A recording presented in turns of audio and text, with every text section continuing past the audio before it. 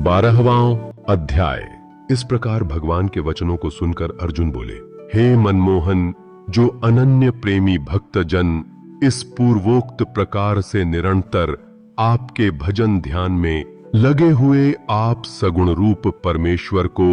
अति श्रेष्ठ भाव से उपासते हैं और जो अविनाशी सच्चिदानंद घन के निराकार को ही उपासते हैं, उन दोनों प्रकार के भक्तों में अति उत्तम योग वेत्ता कौन है? इस प्रकार अर्जुन के पूछने पर श्री कृष्ण भगवान बोले, हे अर्जुन, मेरे में मन को एकाग्र करके निरंतर मेरे भजन ध्यान में लगे हुए जो भक्तजन अतिशय श्रेष्ठ श्रद्धा से युक्त हुए मुझ सगुण रूप परमेश्वर को भजते हैं, वे मेरे को योगियों में भी अति उत्तम योगी मान्य हैं, अर्थात उनको मैं अति श्रेष्ठ मानता हूँ। और जो पुरुष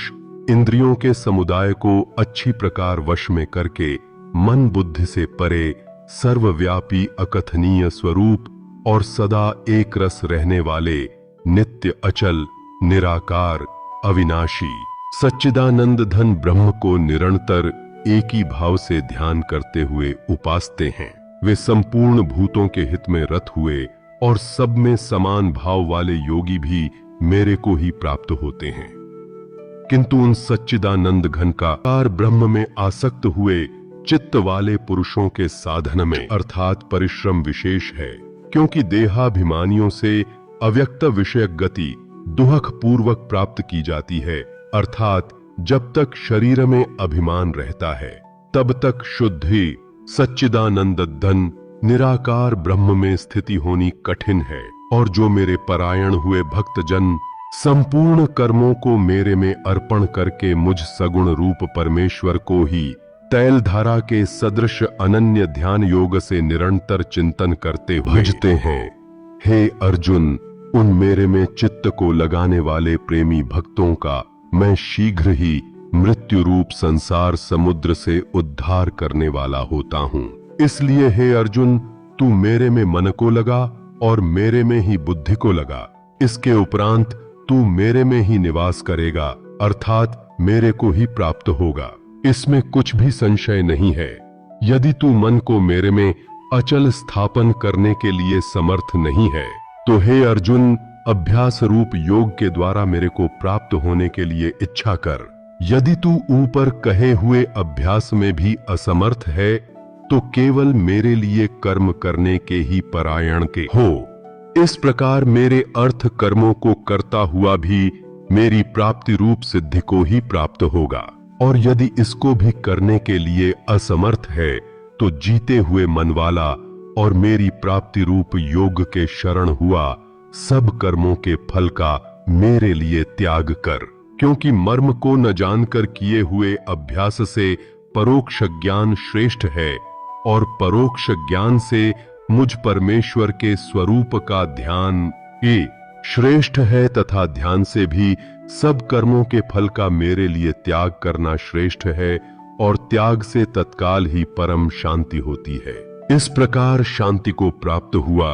जो पुरुष सब भूतों में द्वेष भाव से रहित एवं स्वार्थ रहित, सबका प्रेमी और हेतु रहित दयालु है, तथा ममता से रहित एवं अहंकार से रहित, सुख दुखों की प्राप्ति में सम और क्षमावान है, अर्थात अपराध करने वाले को भी अभय देने वाला है, तथा जो ध्यान योग में युक्त हुआ निरंतर लाभ हानि में संतुष्ट है, तथा मन और इंद्रियों सहित शरीर को वश में किए हुए मेरे में दृढ़ निश्चय वाला है, वह मेरे में अर्पण किए हुए मन बुद्धि वाला मेरा भक्त मेरे को प्रिय है, जिससे कोई भी जीव उद्वेग को प्राप्त नहीं होता है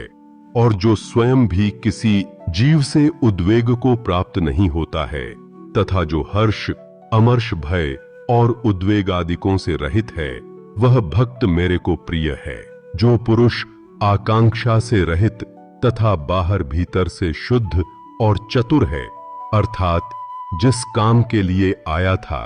उसको पूरा कर चुका है एवं पक्षपात से रहित और दुखों से छूटा हुआ है, वह सर्व आरंभों का त्यागी अर्थात मन, वाणी और शरीर द्वारा प्रारब्ध से होने वाले संपूर्ण स्वाभाविक कर्मों में कर्तापन के अभिमान का त्यागी,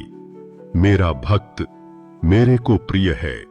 जो न कभी हर्षित होता है, न द्वेष करता है, न शोच करता है, न कामना करता है, तथा जो शुभ और अशुभ संपूर्ण कर्मों के फल का त्यागी है, वह तो स्वयं भी किसी भक्ति युक्त पुरुष मेरे को प्रिय है।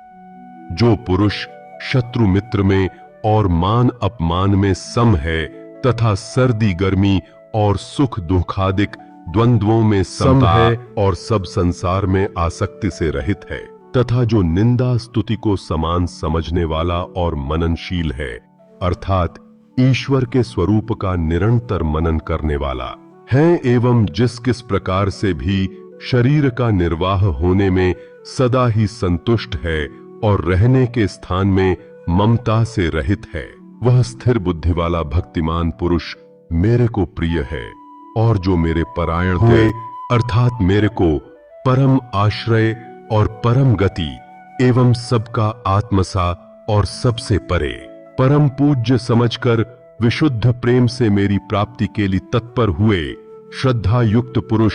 इस ऊपर कहे हुए धर्ममय अमृता को निष्काम भाव से सेवन करते हैं, वे भक्त मेरे को अतिशय प्रिय हैं। इस प्रकार श्रीमद्भगवद गीता रूपी उपनिषद एवं ब्रह्म विद्या तथा योग शास्त्र विषयक श्री कृष्ण और अर्जुन के संवादले भक्ति योग नामक 12वां अध्याय संपूर्ण होता है। और धार्मिक वीडियो देखने के लिए चैनल को सब्सक्राइब करें, वीडियो को लाइक शेयर करें। धन्यवाद।